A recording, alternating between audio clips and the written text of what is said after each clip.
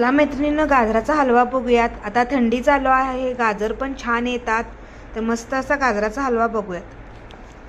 हा गाजराचा छानसा खिसून झालेला आहे. आपण आता पुढची तयारी करूयात. गाजराच्या हलव्यासाठी लागणारे साहित्य: काजू बदामचे काप, साखर, गाजर किसून घेतलेले, आणि त्यामध्येच मी पहिल्यांदाच यामध्ये जायफळ वेलदोड्याची पूड टाकून घेत आहे. ही साखरही टाकत आहे आणि हे कापही टाकत आहे. पण आता हे गॅसवरती ठेवलेलं आहे, तर यामध्ये आपण सर्व साहित्य टाकून घेतलेलं झाकण ठेवून मंद आचेवरती शिजू देऊ. बघा, अधूनमधून असा चेक करूयात हलवा. त्याला छान असं दूध आणि ते गाजराचं पाणी भरपूर असं सुटलेलं आहे, साखरेचा पाक वगैरे तयार झाल्यासारखं.